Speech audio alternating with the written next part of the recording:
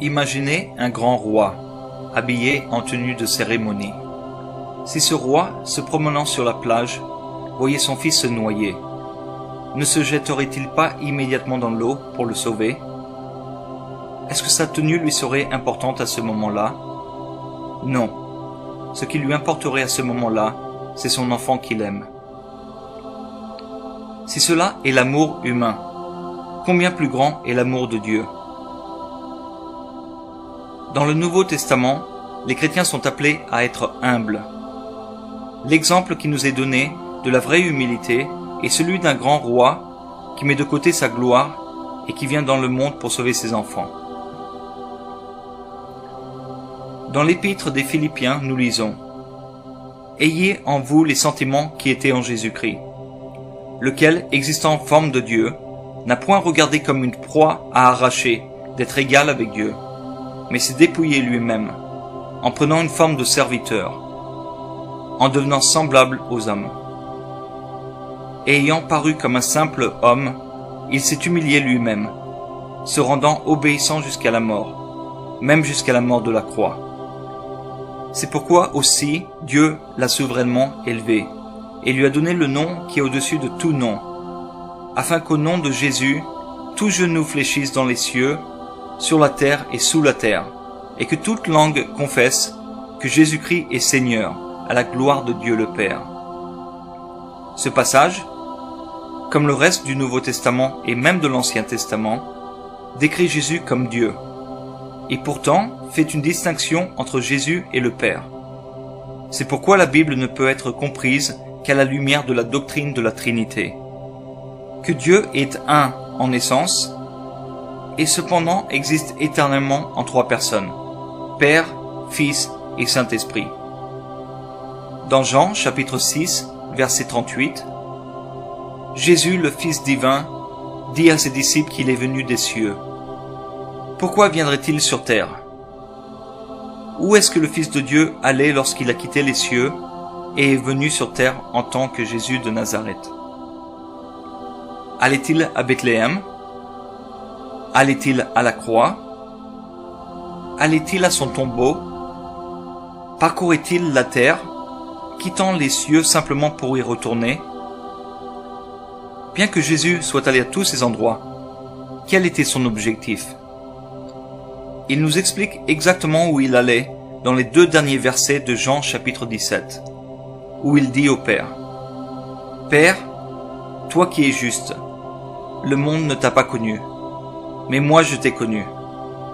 Et ceux-ci ont compris que c'est toi qui m'as envoyé. Je t'ai fait connaître à eux, et je continuerai à te faire connaître, pour que l'amour que tu m'as témoigné soit en eux, et que moi-même je sois en eux. Et que moi-même je sois en eux. En qui? En nous. Nous-mêmes étions la destination finale de Jésus, lorsqu'il a quitté les cieux. » Dans le premier livre de Corinthiens, chapitre 6, verset 19, l'apôtre Paul dit « Ne savez-vous pas que votre corps est le temple du Saint-Esprit qui est en vous?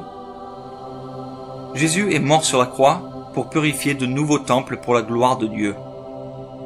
Et puisque Jésus a une nature divine, il est le seul homme dans toute l'histoire de l'humanité qui peut prendre le châtiment parfait de Dieu, et ensuite se lever et repartir au moment de sa résurrection. Nous étions créés pour être le temple vivant de notre Créateur. Mais nous avons péché et sommes privés de la gloire de Dieu. Peu importe que nous puissions penser que nous sommes formidables, il n'y a rien que l'on puisse faire pour être suffisamment bon pour être dans la présence de Dieu.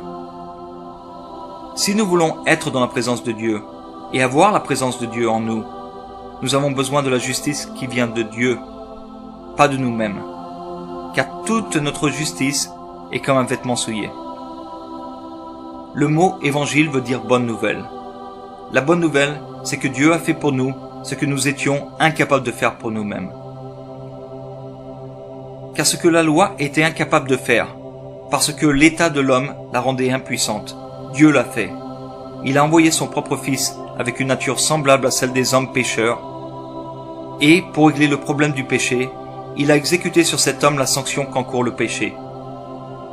Il a fait pour que la juste exigence de la loi soit pleinement satisfaite en nous, qui vivons non plus à la manière de l'homme livré à lui-même, mais dans la dépendance de l'Esprit.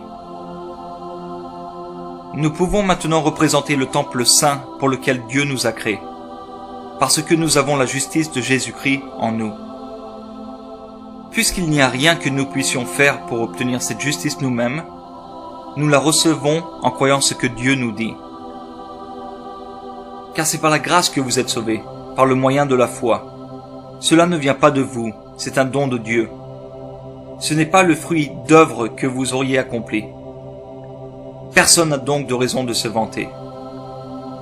En effet, si de ta bouche tu déclares que Jésus est Seigneur, et si dans ton cœur tu crois que Dieu l'a ressuscité des morts, tu seras sauvé. Mes amis, nous étions tous en train de nous noyer dans nos péchés. En fait, nous étions déjà noyés. Et le roi parmi tous les rois s'est jeté pour nous sauver. C'est tout simplement ça, l'Évangile.